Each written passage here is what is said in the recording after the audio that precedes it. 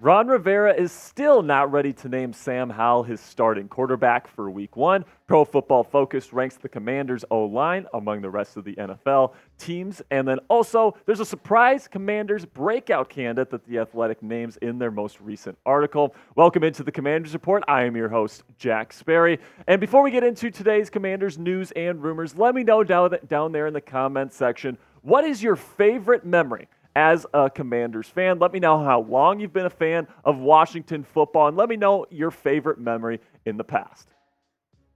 All right, now let's jump right into today's content, starting with head coach Ron Rivera and a recent report that he's not completely bought into Sam Howell being the starting quarterback for Week 1 of the Washington Commanders.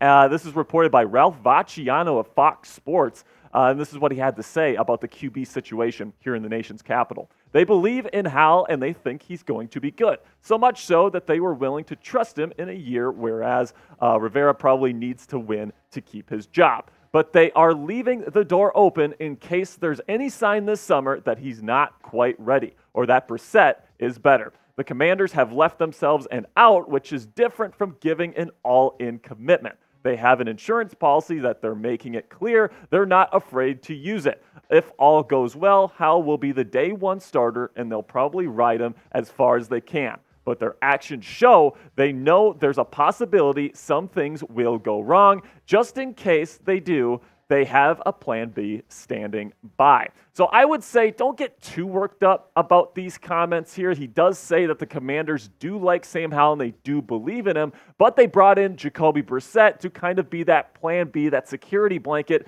just in case the second-year quarterback doesn't pan out this year. Like they say in the article, Ron Rivera is fighting for his job, and right now he's putting it in the hands of Sam Howell heading into 2023 and putting your coaching future essentially in the hands of a second-year quarterback that was a fifth-round pick just last season. I mean, a lot of people would say that's crazy. So bringing in a guy like Jacoby Brissett, somebody that's been a starter in this league, was a starter as early or as late as last year with the Cleveland Browns for a good portion of that year and played particularly well. 64% completions last year, over 2,500 yards passing, and then a 12-6 touchdown to interception ratio. And the reality is Jacoby Brissett is one of the best backup quarterbacks in the National Football League right now. And if Sam Howell doesn't turn out, that's not a prediction, I'm just saying if that happens, and we have to account for that possibility, Jacoby Brissett is an excellent plan B, and I think he could really win some football games for Eric Bieniemy, Ron Rivera, and the Commanders fans this season if given the opportunity. You take a look at what he did last year with the Cleveland Browns, and I think he's one of the more underrated passers of the football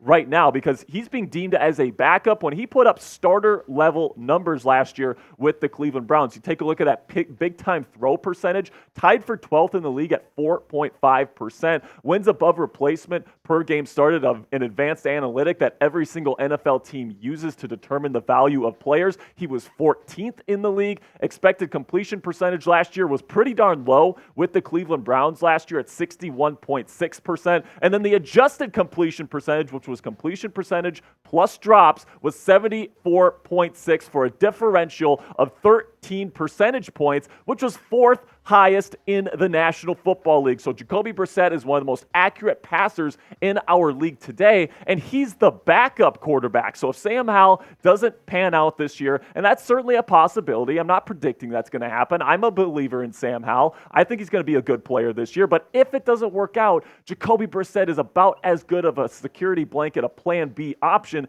as you can ask for here in the NFL today. So what say you? Let me know down in the comments section. Is Jacoby Brissett the best backup quarterback in the NFL right now? Type B if you think he's the best, or if you don't think he's the best, type N for me down in the comments section. This is going to be the pinned comment on today's show. So YouTube's going to throw you an ad break here in just a couple of seconds. Take advantage of that time by answering today's pinned question.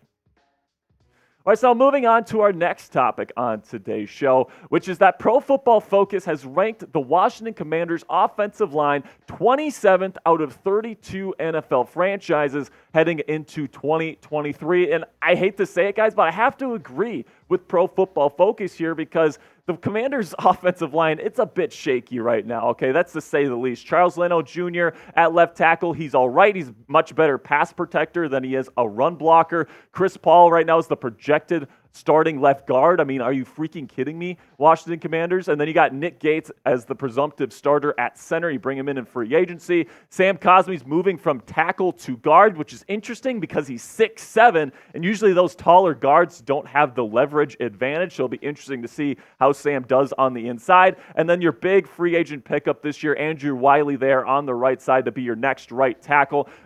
Pretty vanilla, Andrew Wiley is, to be quite frank with you. He's okay. He's not really an inspiring athlete or anything like that, but he's definitely a solid pro, and he's played in this league for a while. But in totality, the truth is the Commanders have one of the worst offensive lines, at least on paper, heading into the 2023 season, with a particular focus on the run game. I mean, like Charles Leno Jr., he's a pretty decent pass blocker, but for the most part, these guys are not very good at run blocking. They might be the worst run blocking offensive line in the National Football League, and Eric Bieniemy is going to have to get really, really creative as to how he can scheme around this offensive line because it's looking like it's going to be a problem yet again here in 2023. So coming up, I have some potential solutions here to this problem. I've got some ways that Eric Bieniemy can kind of a scheme around a poor offensive line here coming up in 2023. But first, let's have a word from our sponsor at Fanatics, and they're offering you guys this awesome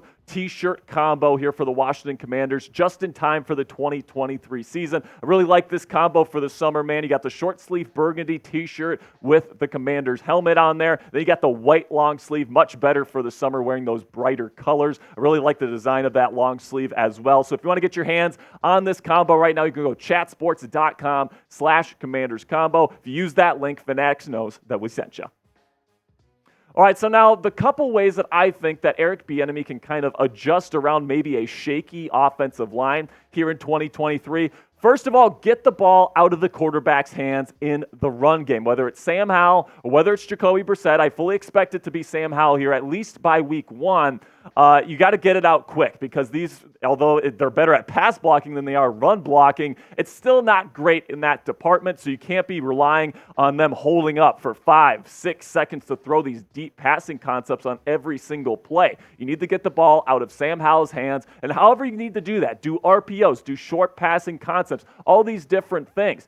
Do those things to get the ball out quick so your offensive line doesn't have to hold up as long. Then in the run game, I think what's going to be really, really important for the Washington Commanders this year is you have to get Sam Howell involved in the run game via the read option, via QB power, the different type of run game stuff from the quarterback position, because you need to take advantage of that extra man in the numbers game there in the box. Okay, you know, with the run blocking that the Commanders have right now, it's not going to be good enough to just line up and beat the other team's defensive line. That's just the reality. But if you add another number to that scheme there with the quarterback being a threat to run in Sam Howell, and he's one of the more underrated runners of the football at the quarterback position right now, in my opinion. The kid can run the rock a little bit, and he's not afraid to put that shoulder down either. I think that's a really creative way that EB can get this run game going and really put some fear in opposing defenses this season. So let me know what you guys think about the Commanders' offensive line heading into 2023. I'm a bit skeptical going into the year. I have to be frank with you guys, but let me know what you guys think down there in the comments by grading this offensive line right now. Give me an A, a B, a C, a D, or an F.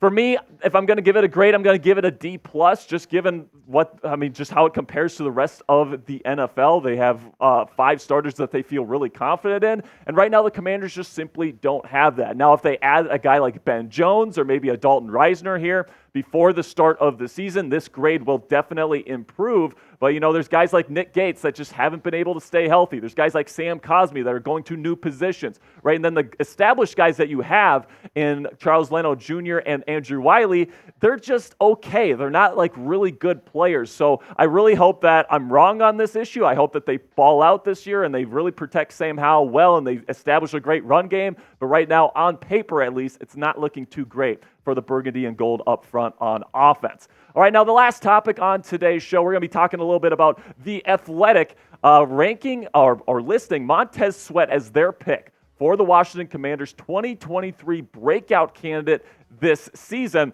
But here's the thing, The Athletic. Sweat already broke out. He already had his breakout season in 2022. He had a fantastic campaign last year, but right now he's one of the more underrated edge rushers in the National Football League, at least in my opinion. Last year, 8 sacks for Mr. Sweat, 45 tackles, and 14 tackles for loss. He was an absolute menace in the run game, and he really showed that he's one of the best run-defending edge rushers in this league today. Could maybe get up to double-digit sacks this year. I think he could take another step, but to call him a breakout candidate implies that he hasn't done much to this point in his career when he is absolutely broken out already. Did that in 2022, and in my opinion, because he is such an integral part of this defense, he needs to get extended here before the 2023 season. I just think that with the role that he plays on the outside, next to guys like Daron Payne and Jonathan Allen, who are real disruptors up the middle, Montez Sweat, although he's not the most versatile pass rusher in the league by any means, he's definitely a productive one, and he's definitely a solid piece on this defensive line that deserves to get paid, at least in my opinion. So now predict it for me down in the comment section. Will Montez Sweat get to double-digit sacks here in 2023? Give me a yes or give me a no when you get a second down there in the comment section. That'll be it for me today, Commanders fans. Really do appreciate all the support. Make sure you click that subscribe button and join our growing family here at the Commanders Report. If you want to become an expert on your favorite football team, go ahead and click that subscribe button for me right now.